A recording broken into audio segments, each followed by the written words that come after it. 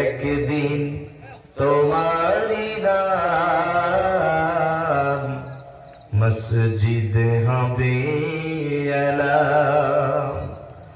তৈরি থেকো তৈরি রেখো কবরের মান সামান।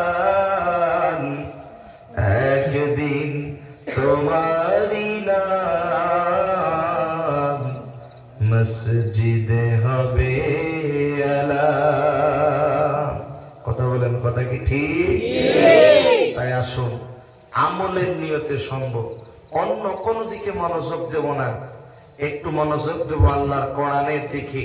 আমি কি কথাগুলো বলছি এই কথাগুলো শুনবেন, বাস্তব জীবনে যদি আমল করতে পারেন জীবনটা ধন্য হয়ে যাবে, আল্লাহ তাআলার জান্নাত নসিব হয়ে যাবে। আর একটু জোরে বলুন সুবহানাল্লাহ।